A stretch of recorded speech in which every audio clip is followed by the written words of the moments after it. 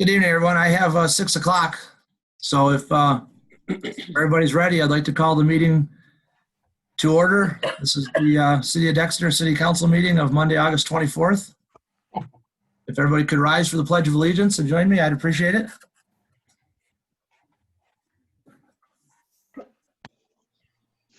I pledge allegiance to the flag of the United States of America, to the republic for which it stands, one nation, under God, indivisible, with liberty and justice for all.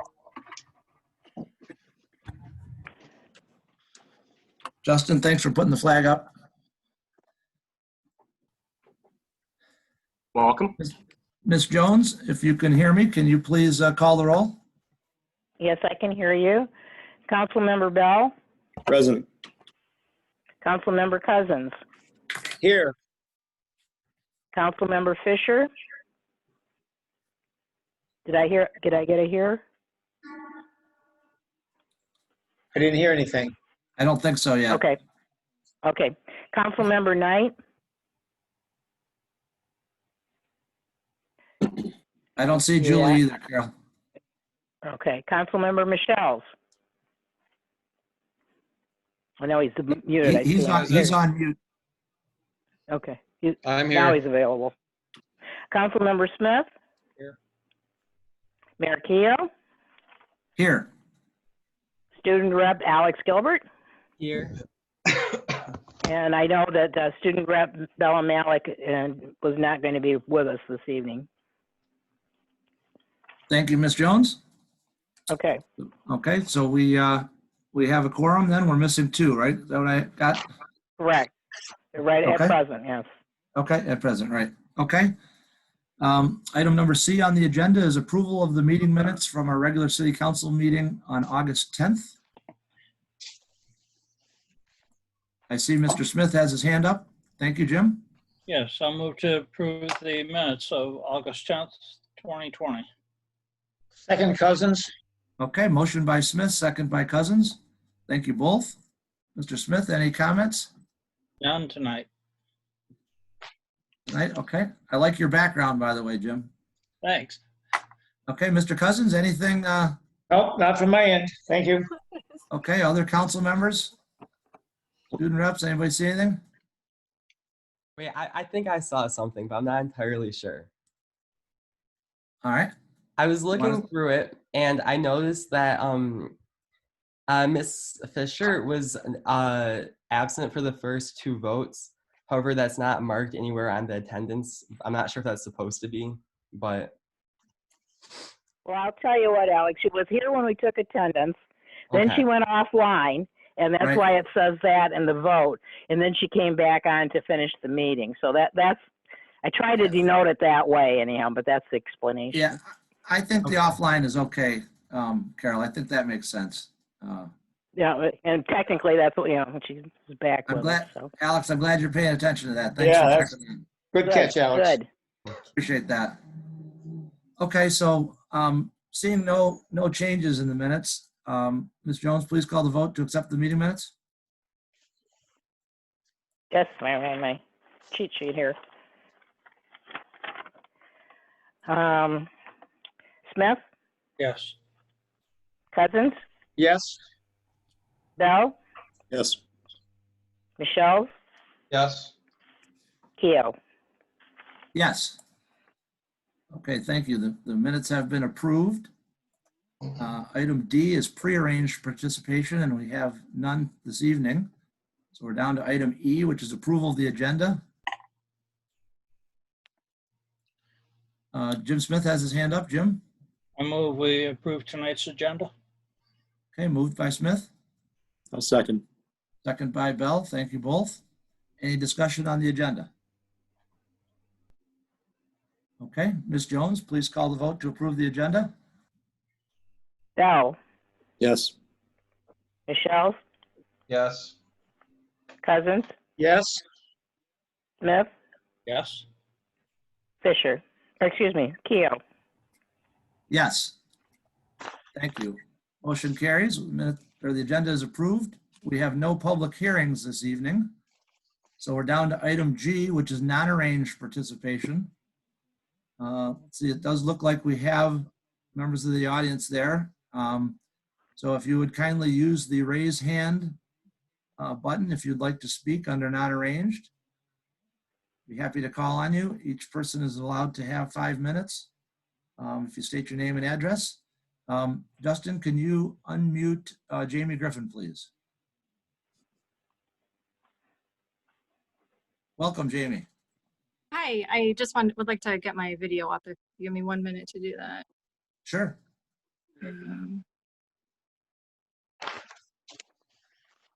Okay. I don't know if anybody's able to see me or not. It said I was Yeah, sharing. yes, it's come through just fine, Jamie. Okay, yeah, can't quite see the angle, sorry.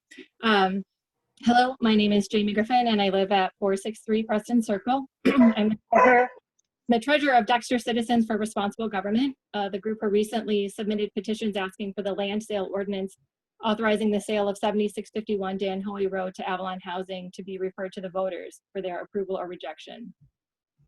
On the agenda tonight is a resolution to take no action on these petitions. We submitted those petitions on July 20th and they were verified by the city clerk on August 4th. A little bit of a background, our city charter grants citizens the right to referendum. However, unlike many other charters, our charter specifies no specific time frame between when such an ordinance is approved by council and when it becomes effective. That is, other municipalities grant citizens, for example, a 20 or 30-day window during which to gather referendum signatures before the ordinance becomes effective.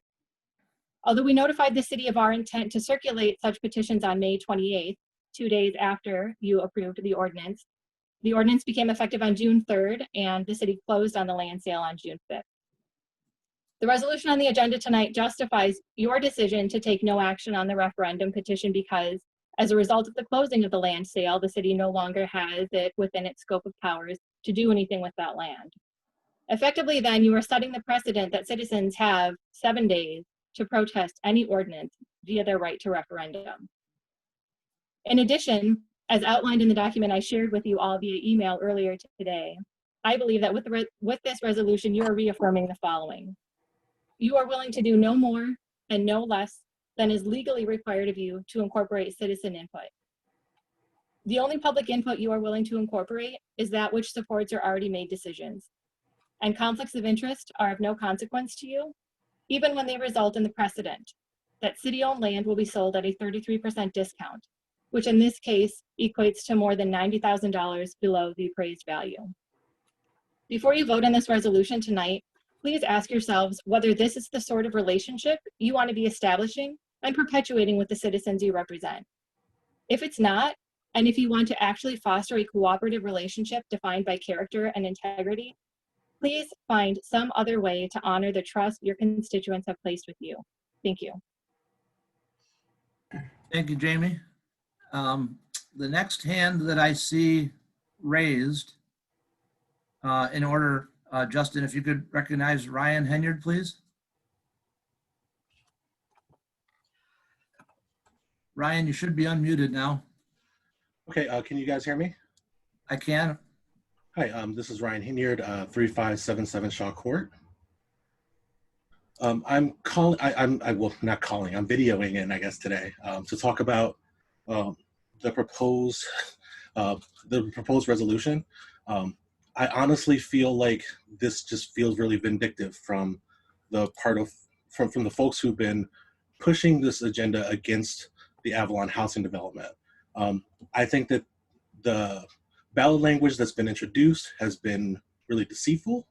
And I honestly feel that that this language not only doesn't help us in terms of bringing the community forward to support the project that's already gone forth and already closed, but it also has the unnecessary side effect of tying the hands of city council and city leadership in the future for future land decisions.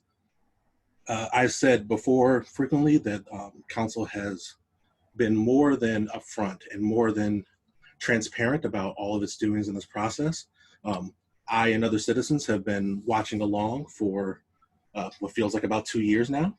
And I think that the idea that the frankly patronizing tone that was just used to describe the the work that's gone into this project are all based off of the assumptions and point of view of someone who doesn't want to have a compassionate community resource like the Avalon Housing Development here. We've seen every sort of argument as to why it's supposedly not a fit for us, but it has gone through countless city council votes, it's gone through numerous public comments, it's been through multiple communications over email and social media, and Nextdoor and Facebook. We have had this debate. This debate has been done, making additional damage to our ability as a city to make reasonable decisions feels just beyond the pale. I would like to say that I noticed that for as many people as this group purports to represent, I've not, in any of my discussions with any of my Dexter neighbors, found anyone who's been against this development. And I've reached out to my neighbors and talked to them and tried to find out more, but all I get from people are the same questions of who is pushing this, and it all comes back to the same two people. So I very much am thankful for your patience in dealing with this issue. I wish to express my support unequivocally for the Avalon project and for other projects moving forward. And I hope that council understands that at least a good chunk of its citizenship has faith in its elected officials. And if not, that we have the means to be able to deal with that through normal electoral means. Thank you. Thank you, Ryan. The next hand that I see in order here is Mike Penn. If you could, okay, Mike, you should be unmuted. Hopefully I'm unmuted. I unfortunately do not have as cool of a background as Justin. I wish I did. The reason, so in a minute you're going to hear from Michelle, I believe later on this evening, about, it's a completely separate subject. It's not regarding the resolution. So if hopefully I'm in the right category of speaking tonight. But I have my neighbor here, Jordan Sorkin, next to me. We live on 3389 Broad Street in year 3365. Broad, correct. There's a piece of vacant land, or excuse me, there's a piece of 4th Street that is we're requesting that council consider to be vacated, as well as an alley behind both of our properties. That's actually, there's one on my property and the property behind me. There's a alley strip that technically can be used by the public. We're asking that, I own both of them, we're asking that the council eventually consider to make that contiguous piece of property and vacate the rest of 4th Street that was already vacated once. So from a long-term perspective, I would ask the council to consider, what's the highest and best use of the lots behind. There's a lot number 2 behind us that's along the railroad tracks.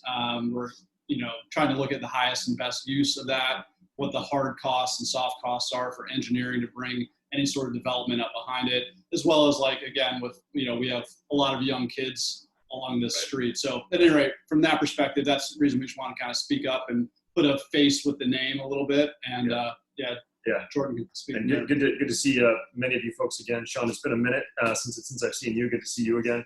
I think from our perspective, we've seen this sign pop up in what feels like our backyards 2 or 3 different times now, of a piece of this parcel that's now gone into tax foreclosure.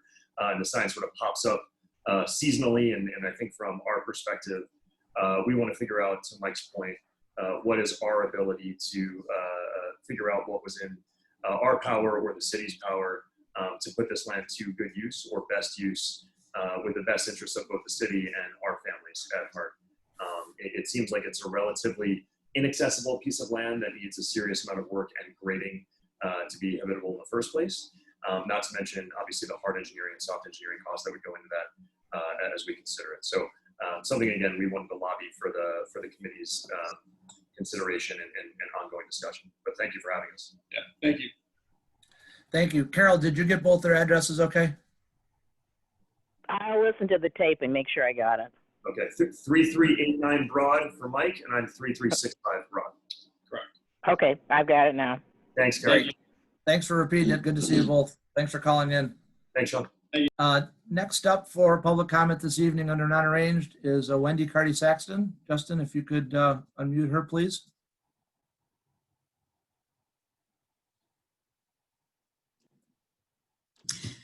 Hi, thank you. I'm Wendy Cardy-Saxon, Director of Real Estate Development and Avalon Housing, speaking to the resolution later on the agenda regarding the petition. And as you know, many of us have worked very hard on this for a very long time now. We've been awarded all of our funding, received site plan and zoning approvals. We've purchased the property and are poised shortly to begin construction. I'm certainly not a lawyer, but I've been around for quite a few Avalon property purchases. And we really sort of take it as a given that after there's been a closing on the sale of the property and the deed is recorded, that the seller can't change its mind and take the property back. We've borrowed money to purchase the property. We've got a lien and a note on that property, so we weren't anticipating anything reversing that lawful sale. But I'd say we've been and we continue to be very excited about this housing, and we're excited to continue moving forward with this development and to really bring about what I think will just be a wonderful part of the community once it's all fully up and running and built. So thank you very much. Thanks, Wendy. Appreciate you joining us this evening and your comments. Next hand I see is Todd Austin. Justin, if you could unmute Todd, please. Welcome, Todd. Don't see that my camera's up yet. Do you see me? I don't see your camera yet, but I can hear you. There we go. That should do it now. Yeah. Yep, welcome. Good evening. My name is Todd Austin. I live at 3594 Ryan Drive. My thoughts were very well summarized by Ryan Henyard, my neighbor, and I want to support what he said fully. I think that the process that the city's gone through in the sale of the property to Avalon has been fully transparent, extended with extensive opportunity for public comment.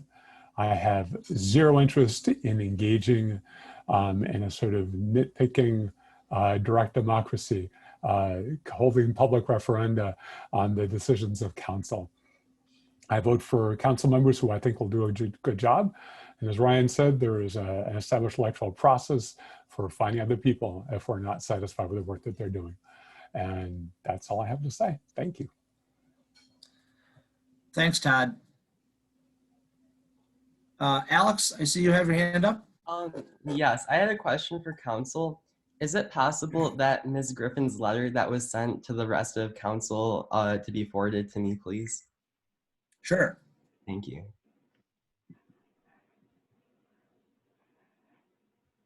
And just in closing, just to make sure that any public listening in here, there are, the item on the agenda tonight is a referendum related to whether or not the ordinance that we passed to actually choose to sell the property can be placed on the ballot for vote, and whether or not that referendum would yield to an undoing. Ms. Griffin's comments, we're basically indicating that she'd like us to not do that at this time, suggesting that we should have a longer period of time to allow for referendums to take place for any ordinance that's put in place. For those of you that are out there, ordinances become effective upon publication. There's many types of them. When our citizen Ryan Henyard spoke, he made the comment of, and I want to just make sure that Ryan was clear, that there is going to be in November ballot language on the ballot for whether or not to modify our charter on how land is sold, whether it would require a vote of the people. All public land is how that's listed. Okay, that's not what is up for debate tonight by council. This is specific to whether or not the referendum would apply to the specific ordinance that we passed to sell the land. So there will be a choice for voters in the fall, should they want to have the right to vote on every decision to sell public property. But tonight's vote, or tonight's action item is not on that initiative. So there were two things that were circulated by the Dexter Citizens for Responsible Government and their team. One of them is on the ballot in November, but the one to withdraw the ordinance or to ask the voters to vote on that is being discussed by council under the new business item. So hopefully that's clear to everyone. Justin, are you seeing any other hands? Anybody who's called in can hit *9 on their telephone if they wish to speak. I'm not seeing anything lit up. We do have a couple of people on phone. Yep. So I think the *9 reminder was a good one. Thank you, sir. Okay, well, there's another spot on the agenda in case we missed anybody. I'm not seeing any more hands, so if we could scroll the agenda up, we're down to communications. Thank you, everyone who participated in the public comment. Item H is communications. We just have our upcoming meeting list. Council, are there any comments on the upcoming meeting list, or staff, anything to note? John, once again, the chamber's meeting was not listed, but it is always now going to be, after a little clarification again with all the members, it's going to be always the last Monday of the month. Okay, so it wasn't today, it will be on the 31st. Okay, so this month, it's next week, Monday then. Yes, and it will be Okay. the last Monday of every month. Okay. Yeah, but Paul, we've been avoiding putting other organizations' meetings on the meeting calendar just because we don't know. I certainly what understand. method or There was a lot of confusion with this organization, but we got it clarified today. And if anybody's interested, okay. If not, that's okay. We still have not determined whether it's going to be a Zoom meeting or it's going to be at La Fontaine. Okay. Thanks, Paul. Thank you, Justin, for that. Seeing no further questions or comments or hands raised related to the communications, we'll move on to I1, which is our Public Services Superintendent Report from Dan Schlaf. Dan, welcome. How is council tonight? Good. I have a 2-week report, and also I have updates on our ongoing projects that are starting to finish up here. I'd like to start with the projects first. Actually, what I'd like to start with is our new hire, Mr. Donner, started today at the DPW. He had his first full day today. Kurt brought him around at the end of the day to meet, I think he went up to the city office, came to the wastewater plant to meet the rest of the employees. Very nice young man. Hopefully he is in the future going to contribute quite a bit to the DPW. First project. What's that? First name. What is his first name? Jacob. Jacob. Thank you. Sidewalk contract. I don't know if you've seen the email update. He's going to be in for the sidewalk replacement project for 2020 on Wednesday. He's going to meet me and Kurt down to DPW in the morning. Grand and Hudson, we put together a preliminary punch list for TLS. We're waiting for a response back from the preliminary punch list. Forestry project, I believe Steve DeWolf is done today. He was down putting some 1x3 stone in just about across from Jim Smith's house today. We've been running into some problems with the amount of water that comes down that street and washing things out. I hate putting 1x3 in the ditch, but I think that's the only way we can slow the water down, so I'll stop the erosion. I did talk to the resident, which is responsible for maintaining that today. She was very happy and gave us all compliments and coming back and doing her best to get that restored. Last week, they put the first layer of asphalt on Mill Creek Path. I had a chance to walk that Friday with the contractor. It turned out real well. They're supposed to be back this Thursday to finish the asphalt on that. That's all the updates I have. Does anybody have any question on my updates?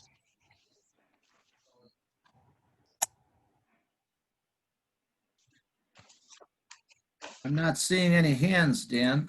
Is there any questions on my report I provided?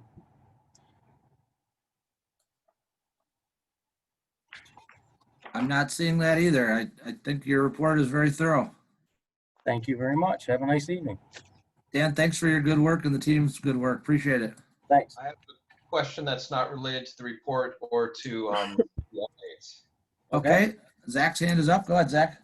I've noticed, I think it was a week ago when I was in Mill Creek North, north of the launch along the river, there was a lot of poison ivy in that area. Is there anything we can do to mitigate that? I know it's right close to the creek and probably Roundup isn't the best thing. No. Nothing? I'm gonna have to look into that. I will consult. We have a couple landscape people and see if there's a way other than going down there and cutting it by hand and removing it. I don't know how you're going to, without some kind of chemical, how you're going to kill it. So I have to look into that, especially with it being, like you said, so close to the river. Maybe even just a sign to warn folks. Okay. Thanks. That's all. Thank you, Zach. Thanks, Zach. Other council comments or questions? Okay, we'll move on to our Community Development Manager report from Michelle Aniel. Welcome, Michelle. Good evening, Sean, and good evening, Council. How are you doing tonight? Good. I'm Michelle. I'm so glad you're all doing well. Okay, so instead of going through my report and updating you on each item there, I'm going to assume that you all have read it and are completely up to speed.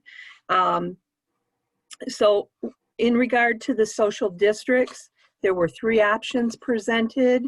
If council is interested, do you have any feedback for me on this regarding the social districts? Michelle, I guess my question is, have we gotten any feedback from, people that would be along those options? What do you mean as far as how the businesses would feel if people are walking in front of their storefronts with the alcohol? Yeah.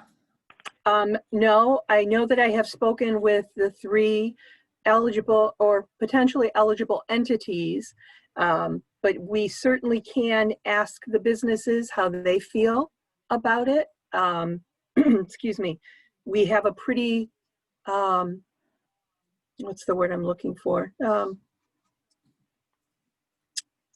group of businesses in our downtown that like to work together. So I'd be surprised if anyone said they were against it, but it's definitely a good question. It's one that we can research and come back at your next meeting with information on.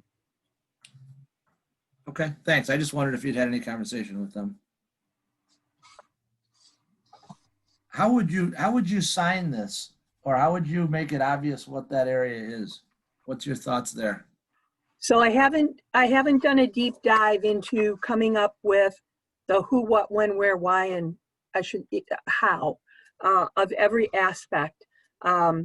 I'm going to be looking at what other communities are doing that have not closed streets, because obviously those communities that already have closed streets already have their barricades up to structure the district. For us, it's going to be a little bit different. You're not going to have the barricades running along, or even ropes running along the different sidewalks, excuse me, or some sort of, you'd need an invisible fence to go across the street. So I have to see how the other communities that are in our situation are dealing with the signage. It could be, off the top of my head, it could be something as simple as the way we have done the border-to-border trail going through downtown. Obviously, we wouldn't have to necessarily go through a huge marketing design sort of thing, but come up with appropriate signage that could be placed on poles or even on buildings so people knew where they're going. But I also am open to any suggestions that you all might have. Okay. Scott, looks like your hand's up. Do you have a question, sir? Yes, thanks, Sean. So, You're welcome. Michelle, one question. The 3 options that you sketched out, show the social district as being one continuous or contiguous polygon. Is that necessary? Can it be broken into two? Discontinuous. And if you don't know, could you find out? So that we don't have to cross the street, the street Yeah, kind of thing? correct. Excuse me. I will investigate that. My initial findings were that it has to be contiguous, Okay. but so hence the reason that it's done the way it's done. Mhm. If there's a way to do two separate districts, we could do that. I'll come back with some information at your next meeting. Okay, thank you. Okay. And yeah, that'd be great. And so I would strongly urge you to continue your investigation. I think it's something that, well, we heard from Phil Meckes last meeting, and I think this is an idea that he would like to know about, I'm sure, and would like to weigh in on.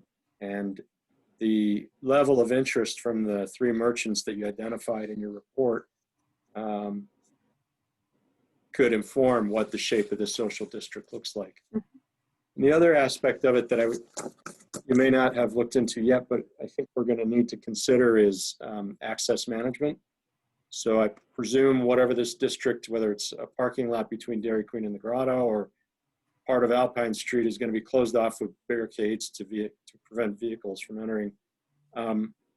You know, we still have a pandemic going on, and we don't want to create an environment where large crowds can have uncontrolled access. So the questions are, how do we control that, assuming that 4 or 5 months from now we're still dealing with this virus?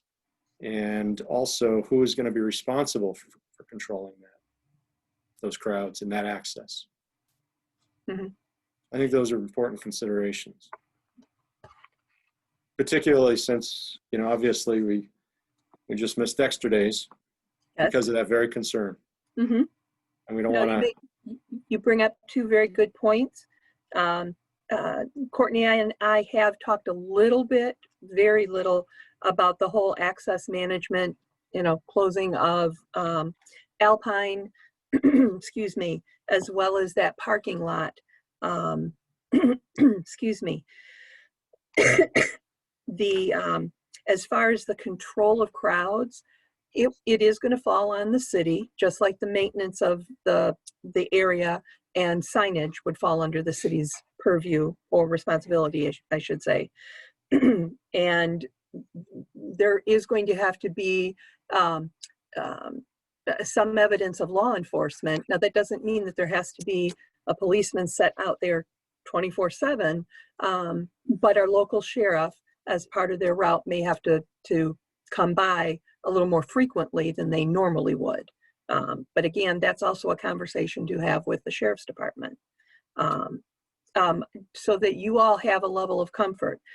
I by no means expected you to make any concrete decisions tonight, but I was hopeful that I would get this kind of input from you so that I'm able to come back to you with a lot more detail.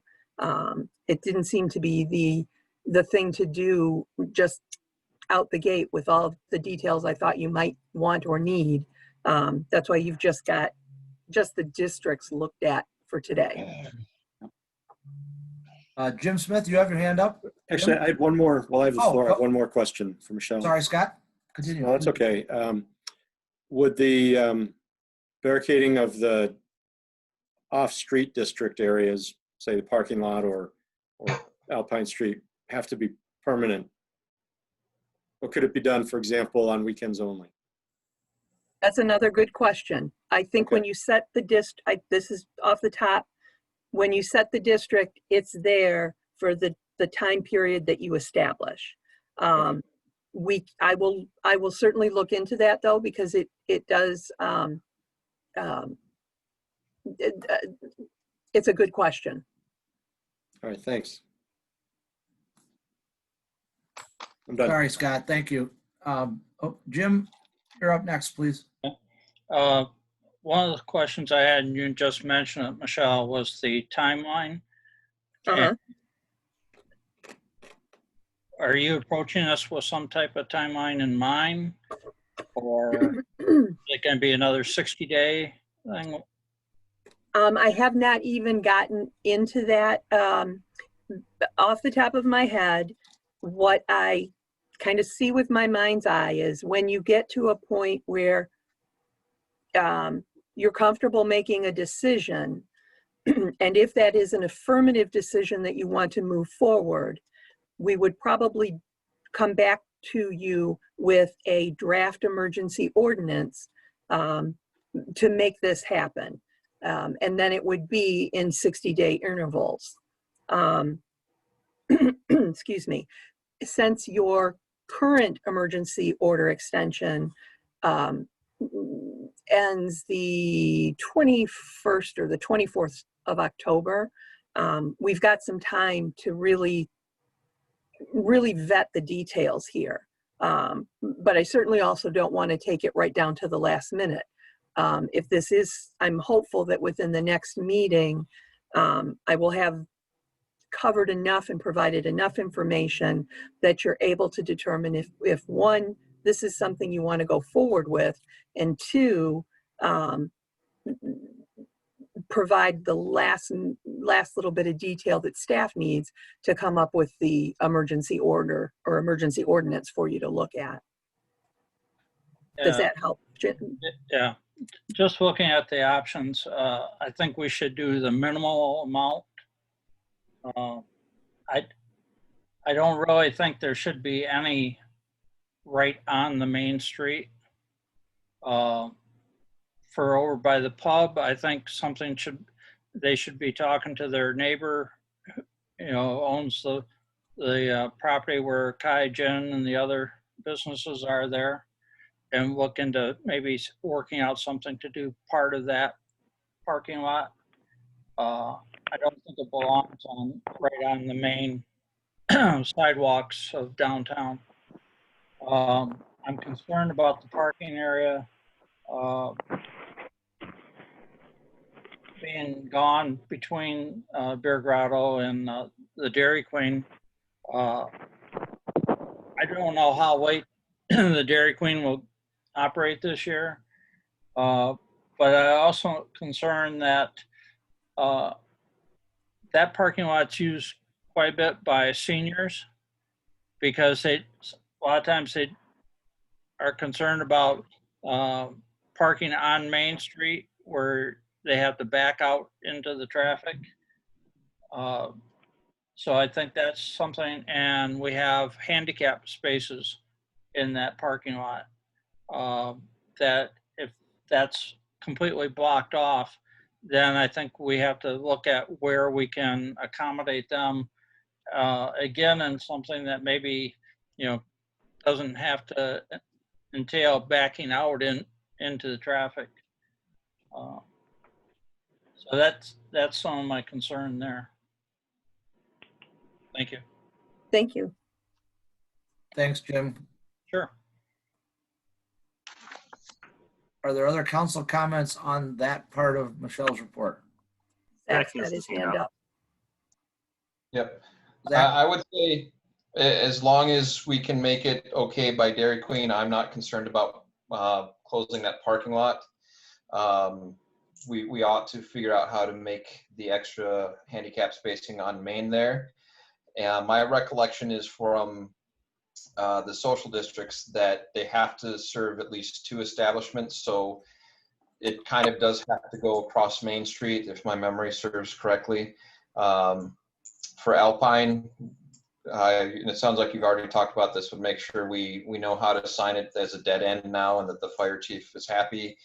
And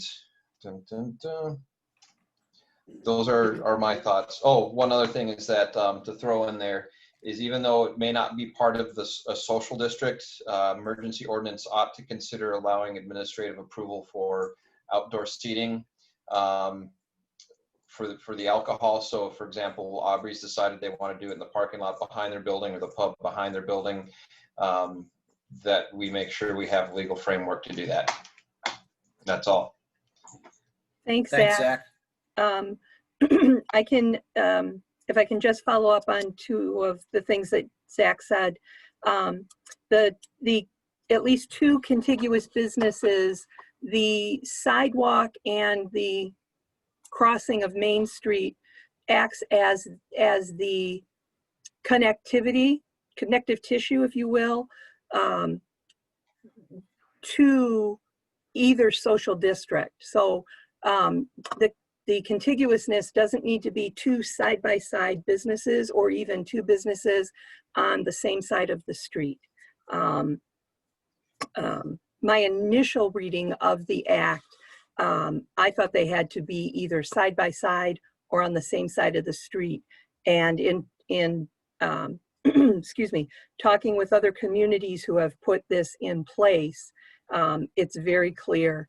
It doesn't have to be on the same side, and the businesses don't have to be side by side.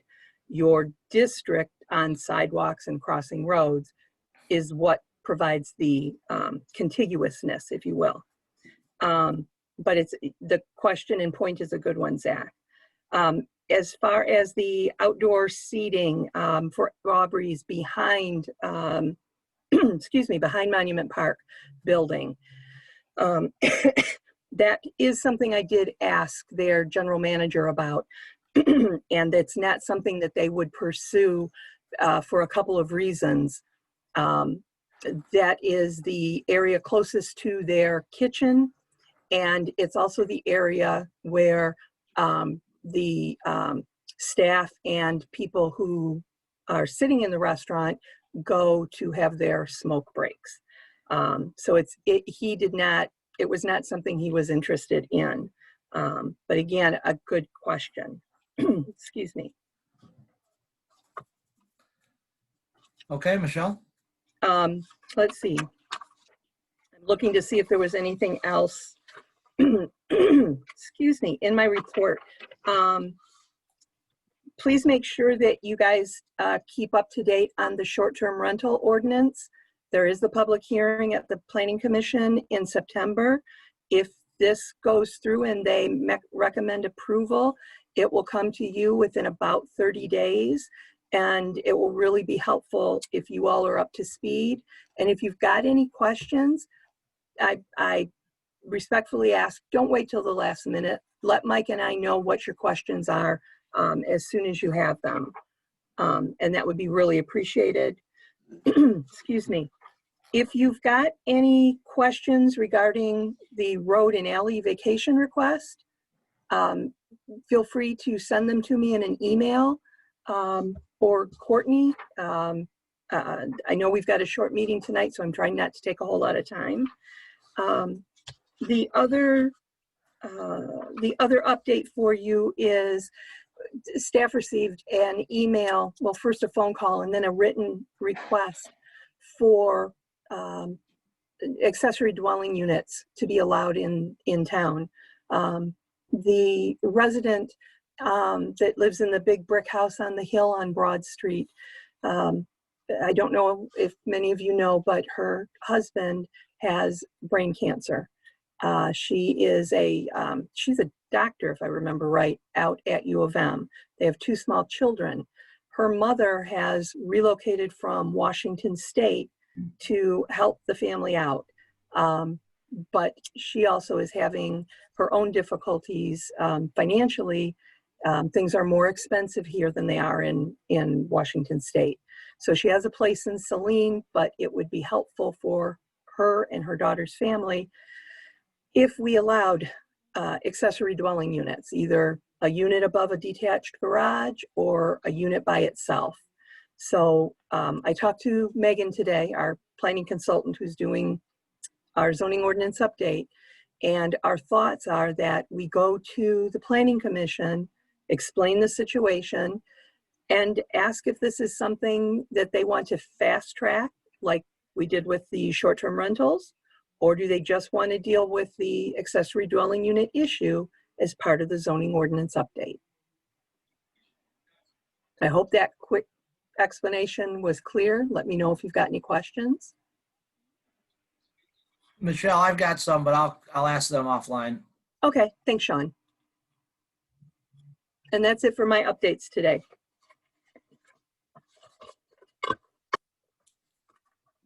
Any other questions from council? Okay. Are there any questions on the sheriff report that was provided as a written report in the packet? If not, we're down to the city manager report. Hi, Courtney. Good evening. Good evening. The first thing I wanted to bring up was a request I received from Ron Rayford of the Dexter Lions. You know, obviously, they won't be doing Apple Days this year. But if you remember last year, they had the scarecrow decorating that the people did, and then they left the scarecrows up in the park, and he was wondering if we would still allow that to occur so they wouldn't be made in the park, but they would be displayed in the park as a decoration.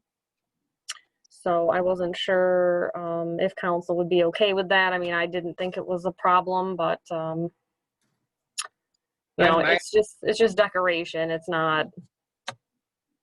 I'm okay, Courtney. If they're not being made there and they're just being placed as decorations, I think that's acceptable. I am too, Paul. I think I saw a thumbs up from Zach in the screenshot, Yeah. if I saw it right. Okay, well, I can let him know that then. We did have plein air last week. There was about 45 artists that painted. Hopefully the paintings will be up for sale on the website this week or next week. So we'll send that out as soon as we have that done. But the artists really appreciated that we modified the event so that we could still have something, kind of continue the tradition, and hopefully we see some good art sales online. Courtney, when will the website be up in your opinion, and where will it be published? So it's on the Arts Alliance's Creative Marketplace, which is actually something new they're doing to help artists sell their work. So it's just a matter now of compiling all of the photos. I mean, some people submitted up to 8 paintings because they had the paintings from this week, and then you could bring a painting from the last few years if you hadn't sold it. Okay. So there's a lot of uploading and logistics that they're working on, but I mean, I'm hoping like end of this week, beginning of next maybe, but it's new. So it'll be as soon as we can, and we'll definitely send that out. My sister from California was interested, so. Well, I'm hoping it reaches, you know, different people, especially the artists might have a following wherever they're from, and this will give people, you know, a chance to see their work. It's probably something we'll try to continue in some form. We do have a couple of items up for auction. A truck that we just replaced, and those teardrop lights that we had up on the roundabouts. Hopefully we can find someone that needs those. There's 16 of them that we don't need. So those things will be on your agenda for approval to take the highest bidder on September 14th. I had sent council the video, the chipping video, and I heard from 3 of you. I just wanted to make sure everybody was kind of comfortable with that as sort of an educational type of different way to do things. Kind of telling a story. We thought of other things we could take videos. Everybody was kind of coming up with things. I'm excited potentially about one about grease, because I think that could be really gross and might actually register with people about how bad grease is. But if anyone has any concerns, let me know. But otherwise, I think we'd like to try it and kind of see what the reaction is. Just a different way of communication.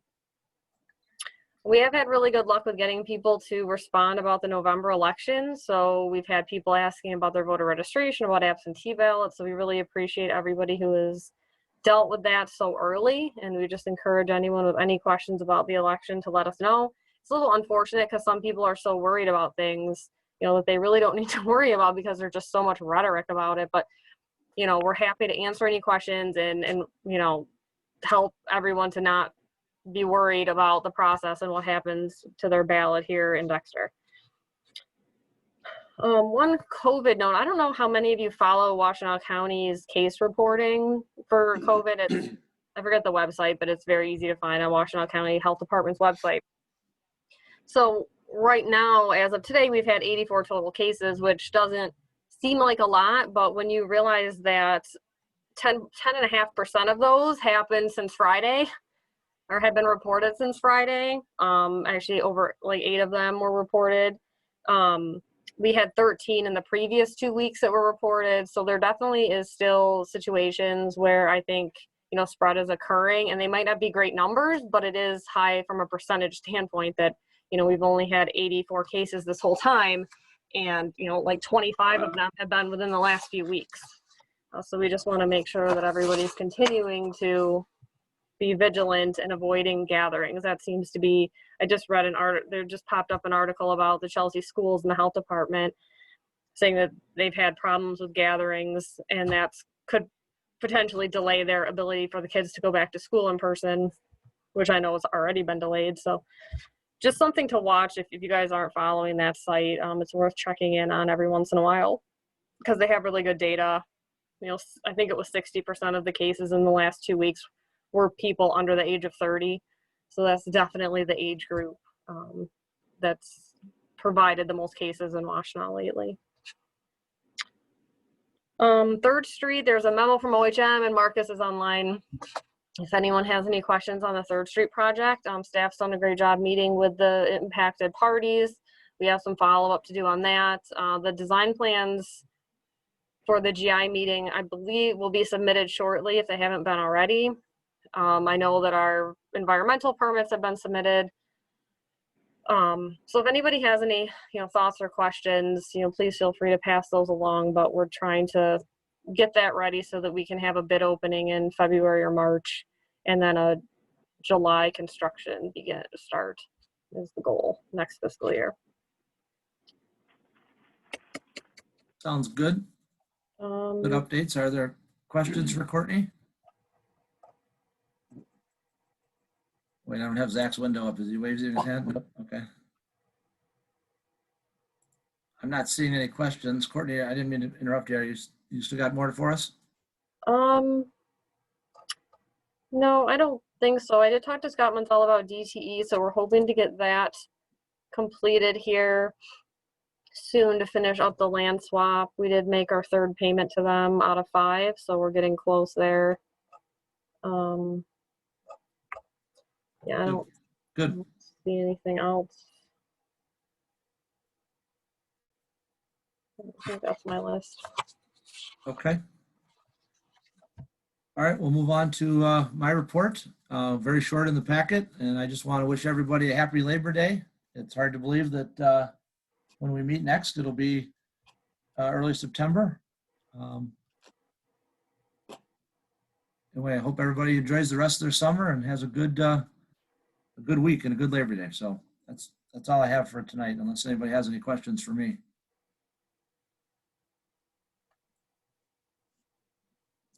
Okay, we'll move down to consent agenda.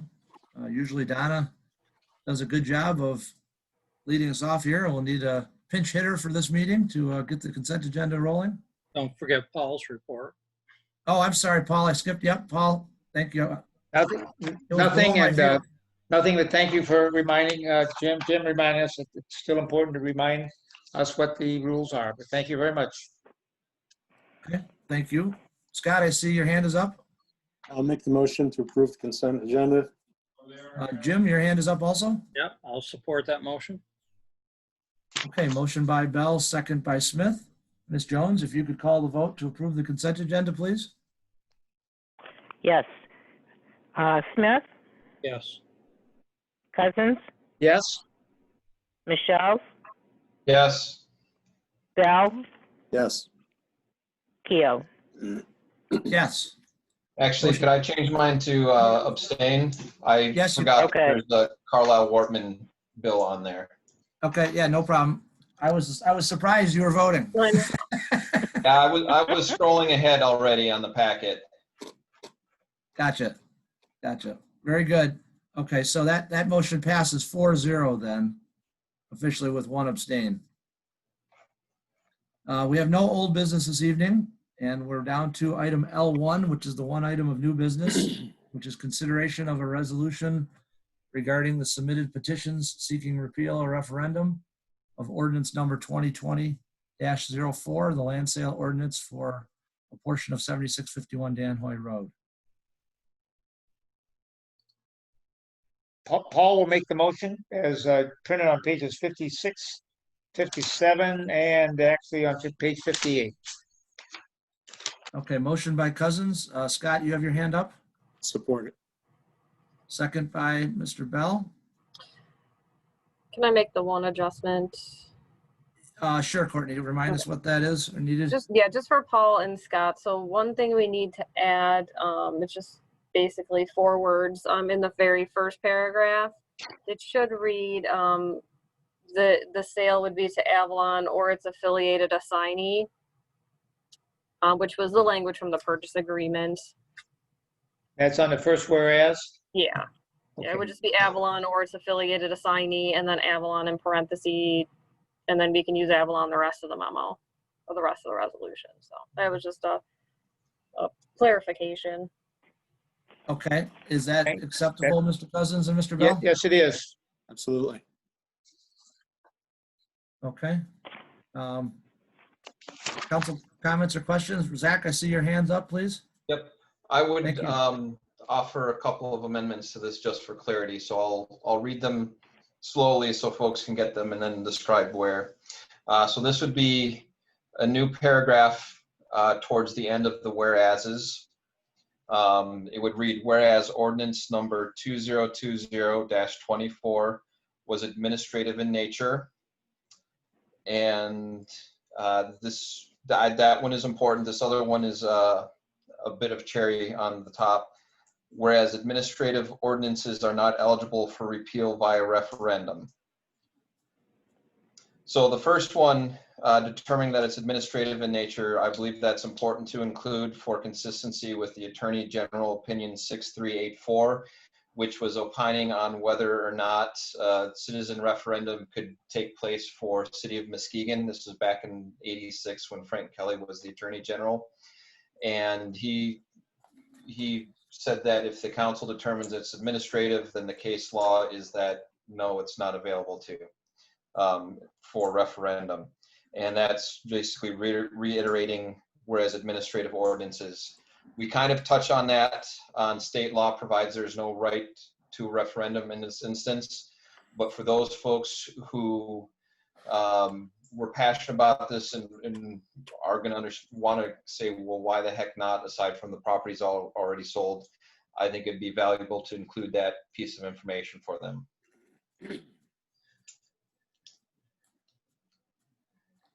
So I offer those as amendments to this. Paul here, I don't see that in front of me. I need that slowly read so I can write it down. Okay, so the one that that the last whereas, is that what you're saying? Before the last whereas. Before the last so whereas. The most important one, I believe, is whereas ordinance number 2020-24. It's 04, 2020-04. Okay. Sorry. My apologies, I can't read my own writing. Was administrative in nature. And the difference administrative and legislative is we're just doing administrative process as opposed to making policy. The second one would be whereas administrative ordinances are not eligible for repeal via referendum.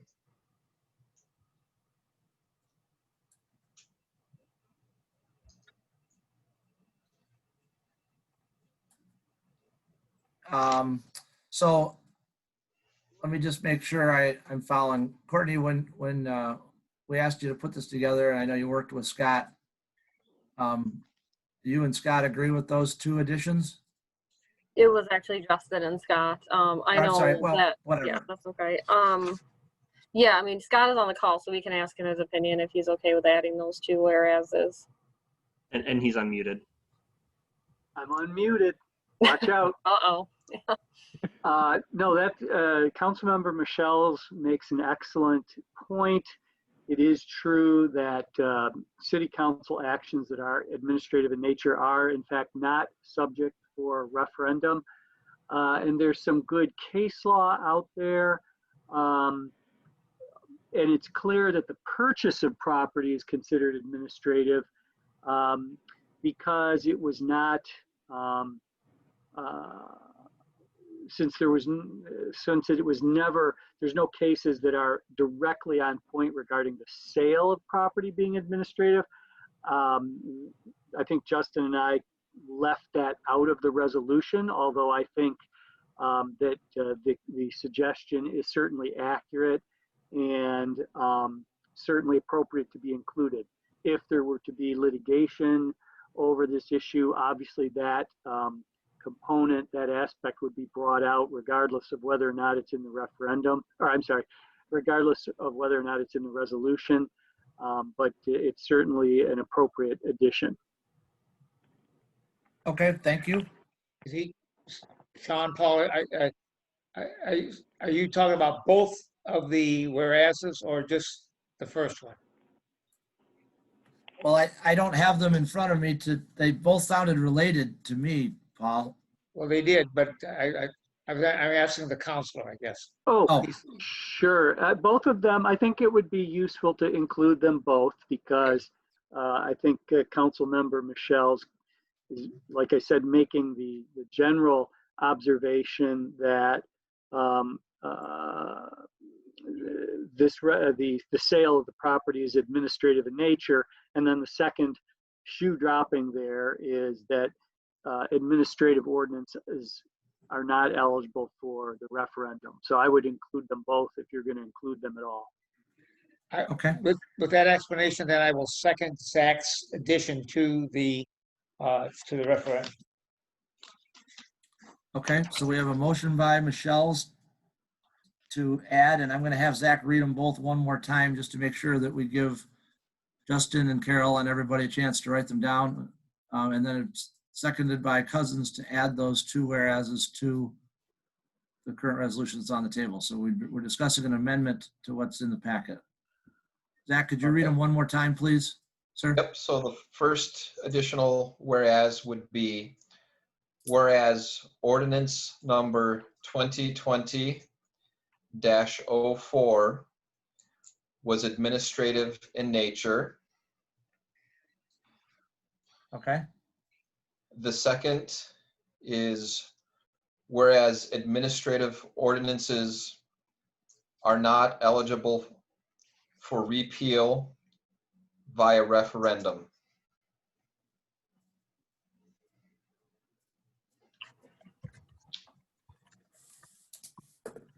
Okay.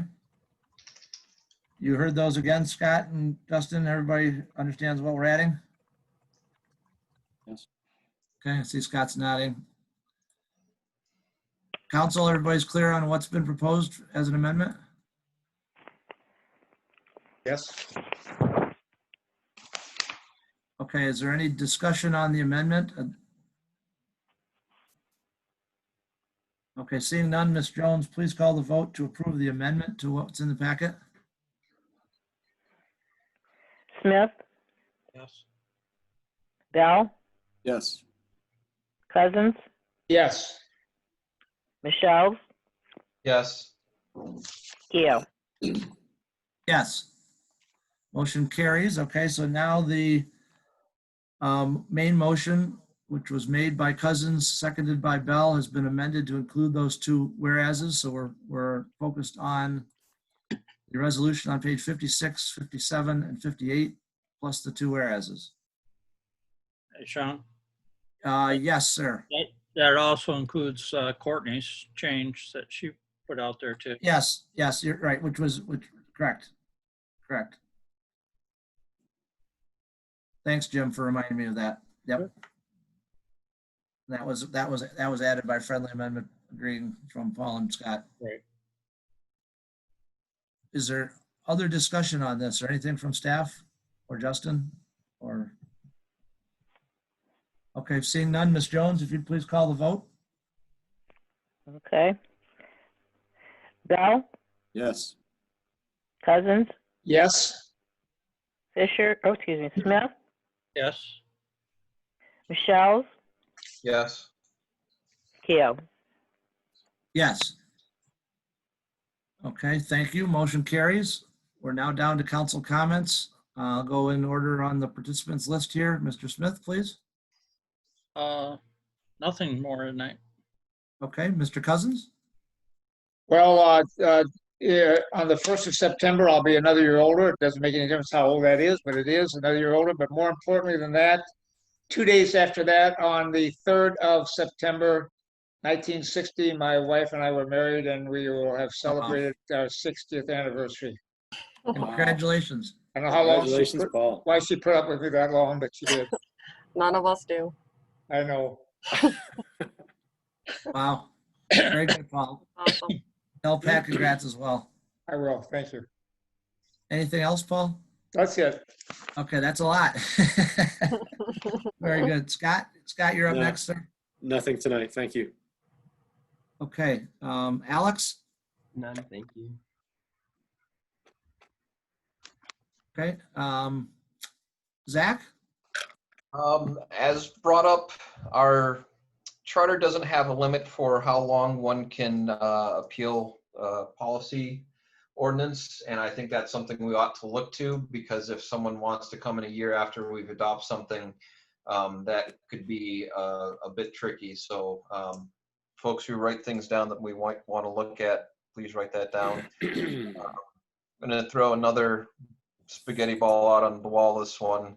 By my math, the earliest we might have new city office space would be 4 years, and more likely 5 years. Do we have an interim option for where we might meet?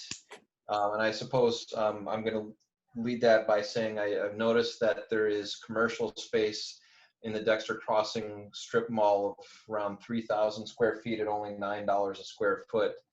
That would provide more office space and a meeting space.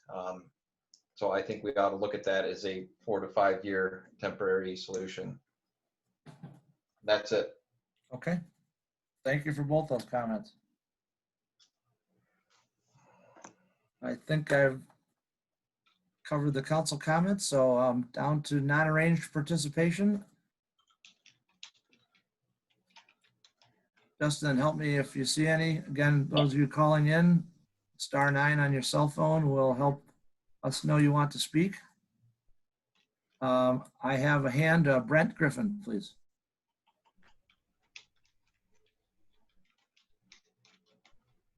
Brent, can you hear us? I can hear you. Can you hear me? Yes, thank you. Yeah. My name is Brent Griffin, and I live at 463 Preston Circle. And with tonight's modified resolution, by stating that this ordinance was administrative in nature, you have violated the city charter, which states in section 803 that, quote, an ordinance is a legislative act establishing a more permanent influence on the city than a resolution requiring greater formalities and its adoption, end quote.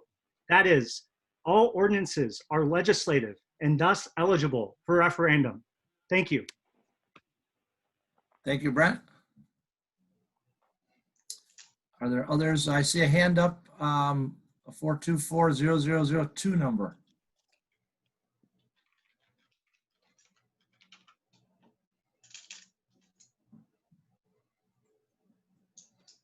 Justin, I'm not sure if you can unmute them or not. I've hit ask to unmute. Okay, thank you, sir.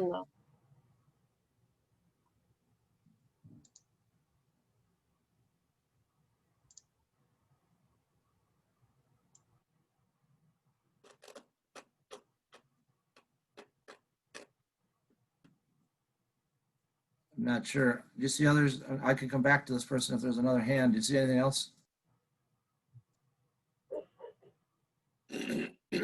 I do not. Did you say there was what was the number you said? I think it's 734-424-0002. Okay, that's Mr. Murphy. So, Justin, did you say that you unmuted it? Because it's a phone, so. Yeah, all it will let me do is hit ask to unmute. Mr. Murphy, are you on mute?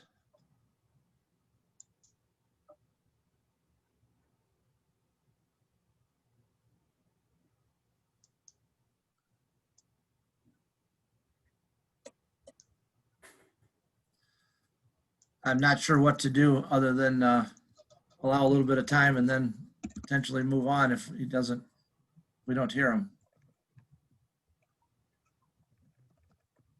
If he presses *6 on the phone, will that unmute him? I know that's how you normally unmute if you're on the phone, but I don't know if that would do anything.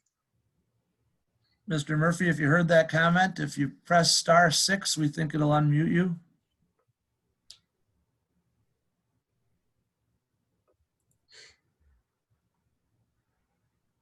Obviously, I've got no video to be able to see how he looks. What he's saying. Okay. Unfortunately, I'm not sure what to do here. Maybe Courtney, Justin, can you guys call Mr. Murphy in the morning?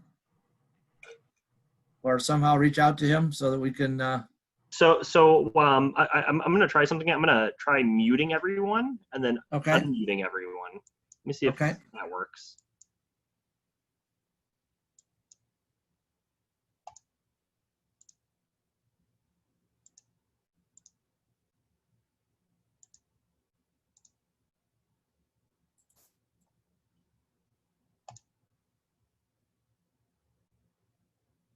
Mr. Murphy, can you hear us?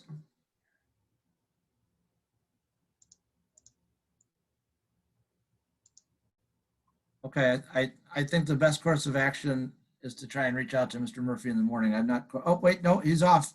I'm showing unmuted. Mr. Murphy, are you there? Yes, can you hear me? There we go. Yes, thank you. Thank you for joining us. First, I would like to thank you all for inviting me into your homes. Very nice, I must say. I have a reminder for the 2 current council members running for re-election. And if the other 4 are listening, we're back to my old usual routine. It's been 18 years and more, and I still haven't seen any progress on Bristol Drive or Kingsley. And I'm 88, hopefully maybe before sometime in the future we could spend a little money here. You know, that's kind of you all know my efforts in that regard, so I'd appreciate some consideration for that. Both those streets are getting pretty bad shape, and I think you know that. And of course, in 2014, you floated that $800,000 bond for streets, and these 2 streets were included, but nothing happened. So, but anyways, have a good evening. And Courtney, before you leave, tidy up a little bit before you go home. Thank you very much, and have a good evening. All set? Thank you, Mr. Murphy. Appreciate your comments. Bye. And thanks for your patience. You're welcome. Bye. Justin, do you see any other hands on the screen here? I'm not seeing other hands up. Did Mr. Murphy hang up? Mr. Murphy hung up. Looks like it. Okay, I was going to say that's scheduled for July 2022. So he is getting the road. It's just a little bit down the road, but July 2022 is Bristol and Dexter Crossing. Okay, good. I'm not seeing any other hands. Okay. Make a motion to adjourn. Moved by Cousins. Second. Second by Bell, was it? Yes. Okay. All those in favor signify by saying aye, please. Aye. Aye. Those opposed? I wish everybody a safe and healthy week. Thanks for a good meeting. Good Liberty. Bye-bye, everybody.